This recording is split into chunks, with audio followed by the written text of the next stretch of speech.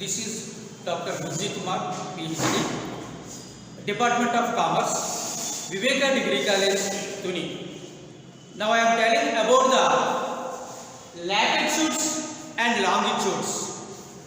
అంటే దీని తెలుగులో మనం అక్షాంశాలు రేఖాంశాలుగా మనం పిలుస్తూ ఉంటాం. అయితే ఇక్కడ చూసినట్లయితే భూమి గుండ్రంగా లేదా గోళాకారంగా ఉంటుందని మనకు తెలుసు. దీనివల్ల మనం దీని మీద కొలతలు కొలవడం అనేది చాలా కష్టమైన ప్రక్రియగా మనం చెప్పచ్చు. మనం ఇక్కడ చూసినట్లయితే ఈ శూన్యంలో భూమి రొటేట్ అవుతూ ఉంటుంది లేదా తిరుగుతూ ఉంటుంది. అయితే మనం భూమి మీద నించొని చూస్తున్నప్పుడు భూమి నిశ్చలంగా లేదా స్టాండర్డ్గా ఉన్నట్టు కనిపిస్తుంది, ఎటువంటి కదలిక లేనట్టు కనిపిస్తుంది. కానీ భూమి కొంత వేగంతో శూన్యంలో తిరుగుతూ ఉంటుంది. ఇది తన చుట్టూ తాను తిరగడమే కాకుండా సూర్యుని చుట్టూ తిరుగుతూ ఉంటుంది. భూమి తన చుట్టూ తాను తిరగడాన్ని భూభ్రమణము అంటారు. ఎర్త్ రొటేషన్, భూమి తన చుట్టూ తాను తిరుగుతూ సూర్యుని చుట్టూ తిరగడాన్ని భూ పరిభ్రమణం అని మనం పిలుస్తుంటాం. ఎర్త్ రెవల్యూషన్ గా మనం పిలుస్తుంటాం. It is it own axis, అంటే భూమి తన కక్షలో తిరుగుతూ ఉంటుంది. అందుకే భూమి కొంత వేగంతో తిరుగుతూ ఉండడం వల్ల ఈ శూన్యంలో భూమి మీద సముద్రాలు క్రిందన పడిపోవటం లేదు, మనుషులు పడిపోవటం లేదు. దేనికది భూమి మీద అలాగే మనకి కనిపిస్తూ ఉంటాయి.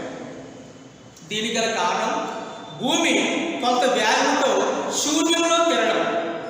అంటే శూన్యంలో తిరగడం అంటే ఏంటి అని మనం చూసినట్లయితే, మనం రాత్రి పడుకున్నప్పుడు లేదా పగలు మనం చూసినప్పుడు సూర్యుడు కనిపిస్తూ ఉంటాడు, లేదా రాత్రిపూట చంద్రుడు నక్షత్రాలు కనిపిస్తూ ఉంటాయి. అది మనం ఇలా పైకి చూసినప్పుడు అంటే that is called north side.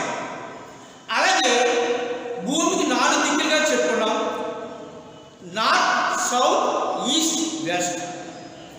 మీరు నార్త్ వైపు పైకి వెళ్ళినప్పటికీ కూడా మనకి స్పేస్ అనేది అలాగే కనిపిస్తుంది. లేదా భూమికి అడుగు భాగాన్ని మనం వెళ్ళినప్పుడు కూడా సౌత్ సైడ్ మనకి పైన ఏ విధంగా ఉందో ఆ విధంగా నక్షత్రాల సమూహం అంతా కనిపిస్తూ ఉంటుంది. లేదా వెస్ట్ సైడ్ చివరికి భూమికి వెళ్ళినప్పుడు కూడా నక్షత్రాలు అలాగే కనిపిస్తూ ఉంటాయి. అలాగే ఇటువైపు ఈస్ట్ వెళ్ళినప్పుడు కూడా నక్షత్రాలు అలాగే కనిపిస్తూ ఉంటాయి. అంటే ఈ శూన్యంలో భూమి వేలాడుతూ తిరుగుతూ ఉంటుంది. మనం ఏ దిక్కు నుంచి చూసినా ఒకే రకంగా మనకి కనిపిస్తుంది. That is the creation of God. అంటే భూమి తన చుట్టూ తాను తిరుగుతూ సూర్యుని చుట్టూరు తిరుగుతుంది. సౌర కుటుంబం లేదా సూర్య కుటుంబంగా పిలుస్తుంటాం. ఈ సూర్య కుటుంబం నుంచి మొట్టమొదటి గ్రహం చూసినట్లయితే మనకి మెర్క్యూరీ, వీనస్, 3వ ప్లేస్లో భూమి ఎర్త్ అనేది తిరుగుతూ ఉంటాయి గ్రహాలు. ఈ విధంగా మనకి సౌర కుటుంబంలో గ్రహాలు అనేది సూర్యుని చుట్టూ పరిభ్రమిస్తూ ఉంటాయి, తిరుగుతూ ఉంటాయి. సో ఈ విధంగా భూమి తిరుగుతున్నప్పుడు మనం ఈ భూమి గోళాకారంగా ఉందని చెప్పుకుంటున్నాం. అయితే ఈ గోళాకారంగా ఉన్నప్పుడు దీని కొలతలు కొలవడం అనేది కష్టం కాబట్టి దీనివల్ల మనకి కొంతమంది భూగోళ శాస్త్రజ్ఞులు కొన్ని రేఖలు, ఊహాత్మక రేఖల్ని కనుక్కోవడం జరిగింది. ఇమేజినరీ లైన్స్ అని మనం పిలుస్తుంటాం. ఇక్కడ చూసినట్లయితే భూమికి అడ్డంగా లేదా వృత్తాకారంగా గీసినటువంటి ఏవైతే ఉన్నాయో వృత్తాలని, వీటిని మనం లాటిట్యూడ్స్ లేదా అక్షాంశాలుగా పిలుస్తూ ఉంటాం. ఇవి మనం చూసినట్లయితే ఇక్కడ పటంలో పోలార్ సౌత్ పోల్ నుంచి మనకి ఉత్తర ధ్రువం లేదా నార్త్ పోల్ వరకు మనకి ఈ భూమధ్యగా రేఖల్ని గీయడం జరిగింది. అడ్డిగా లేదా భూమికి అడ్డిగా నిర్మించినటువంటి రేఖలు, వీటిని మనం అక్షాంశాలుగా మనం పిలుస్తుంటాం. అయితే ఇక్కడ చూసినట్లయితే భూమికి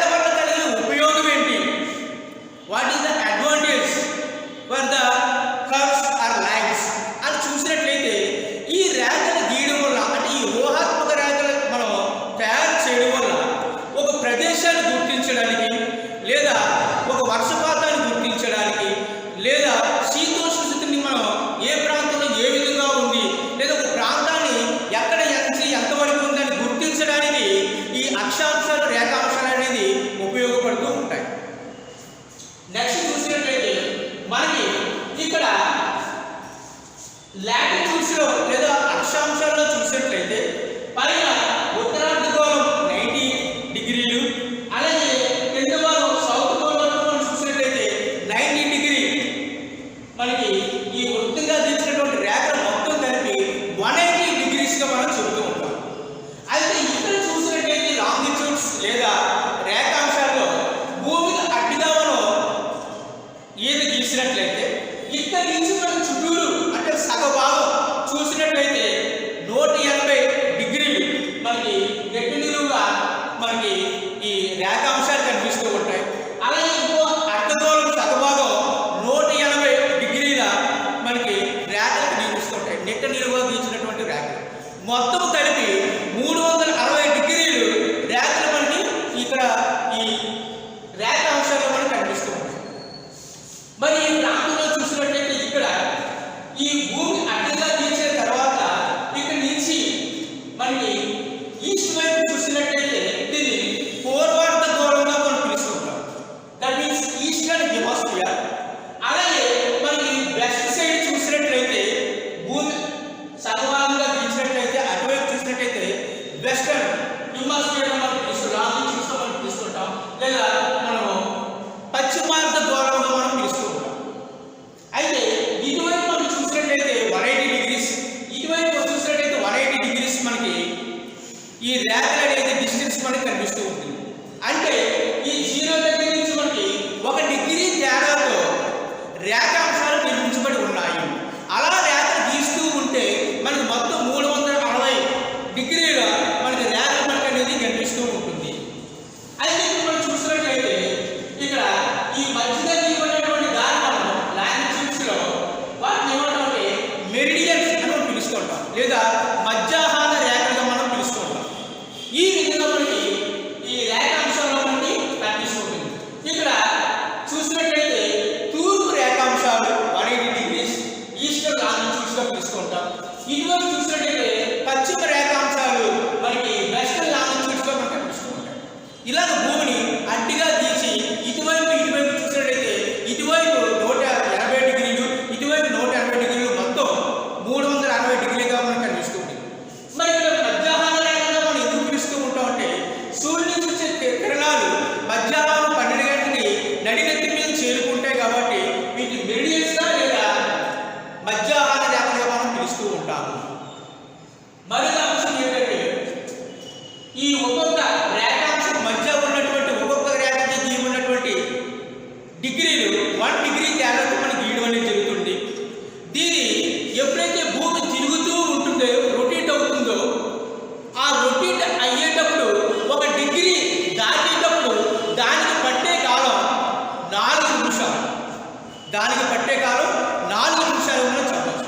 ఇలా మనం లెక్క కడితే 360 డిగ్రీలు ఇంటూ 4 నిమిషాలు మనం లెక్క వేస్తే 1440 నిమిషాలుగా మనం లెక్క కట్టచ్చు. అంటే దట్ ఈక్వల్ టు 24 అవర్స్, అంటే 24 గంటలు పడుతుంది. అంటే భూమి తన చుట్టూ తాను తిరగడానికి 24 గంటలు పడుతుంది. ఇందులో 12 గంటలు రాత్రి, ఇందులో 12 గంటలు పగలగా మనం చెప్తుంటాం. మొత్తానికి 24 గంటలు మనకి పడుతుంది. ఇలా పడుతూ ఇది భూమి తన చుట్టూ తాను తిరుగుతూ సూర్యుని చుట్టూ తిరగడానికి కట్టే కాలం 365 రోజులుగా మనం చెబుతూ ఉంటాం. ఇంకా మిగతావి చూసినట్లయితే లీప్ సంవత్సరం 366 మనకు రోజుగా జరుగుతూ ఉంటాయి. ఈ విధంగా మనకి ఈ రేఖాంశాల గురించి మనం చెప్పచ్చు. అయితే ఎప్పుడైతే ఇక్కడ రేఖాంశాలు లేదా అక్షాంశాలు ఇందులో మనకి గీయబడిందో భూమి మీద ఊహారేఖలు ఇలా గీచేటప్పుడు ఒక బాక్స్ లేదా ఒక చతురస్రాకారం అనేది అడ్డుగీతలు నిలువుగీతలు గీచినప్పుడు ఒక అనేది ఏర్పడుతుంది. చతురస్రాకారం లేదా ఒక గడి కింద ఏర్పడుతుంది. దీనిలో మనం గ్రిడ్ అని మనం పిలుస్తూ ఉంటాం. గ్రిడ్. ఈ గ్రిడ్ ద్వారా అనేక రకమైనటువంటి మనకి భూమి మీద ఉన్నటువంటి భాగాలు కొలవడానికి లేదా శీతోష్ణ స్థితి ఏ విధంగా ఉంది లేదా టెంపరేచర్ ఏ విధంగా ఉంది ఈ కొలవడానికి మనకి ఈ రకంగా ఈ గ్రిడ్స్ అనేది మనకి ఉపయోగపడుతుంది. ఇలాగా సముద్రాలు